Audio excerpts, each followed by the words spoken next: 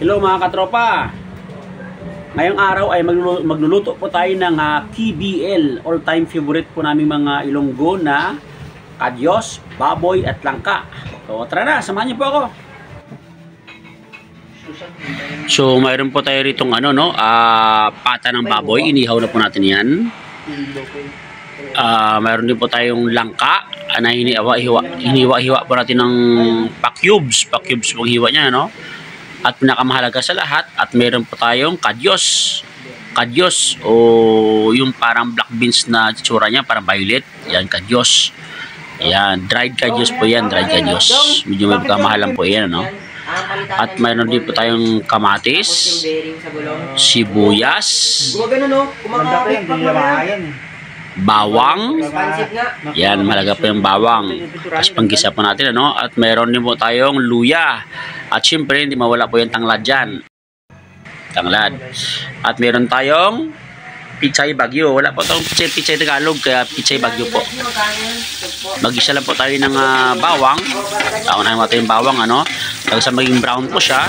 Yan. Pag brown, lagyan natin yung kamatis, luya, at sibuyas.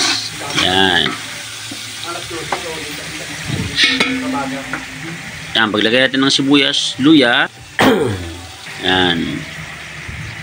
Tapos ilulod na po natin yung ihalo na po natin yung sa paggisa. Gisa na po natin yung ating pata. Yung pata po natin ay ano po natin yan, inihaw po natin yung kuntian.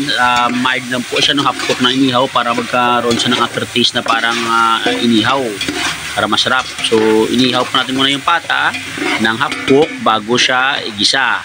Yan, tandaan nyo ha, inihaw po muna yung yung pata half cook bago igisa. And then takpan po ng konti, siguro mga 3 minutes. Yan. And then halo-haloin natin ulit. Yan. Halo-haloin natin. Halo-haloin po natin, lagyan na po natin ng tubig para ilaga na po siya, no? Palambutin po na siya natin, ano? Lagyan natin ng tubig. Yan, para palambutin na po natin yung pata. Yan, after na yan na mo, kumukulo na po siya, oh. Yan, kumukulo, bumalambot na po siya yung pata.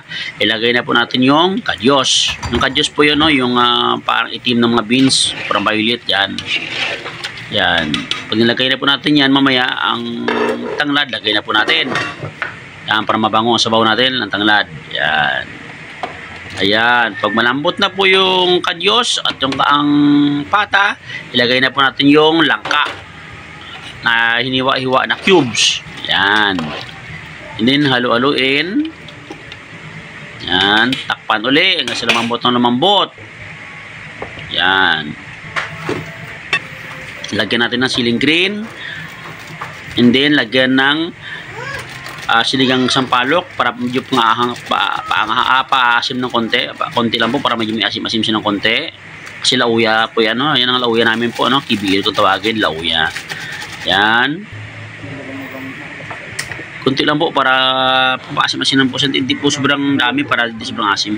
Yan, tapos timplahan na po natin ng konting asin, bitchin po yan. Tapos pag luto na po lahat, lambot na yung natin yung langka, ilagay na po natin yung bago mo iahon sa apoy, ilagay na po natin yung dahon, yung pichay bagyo. Ayan, okay na po yung timpla.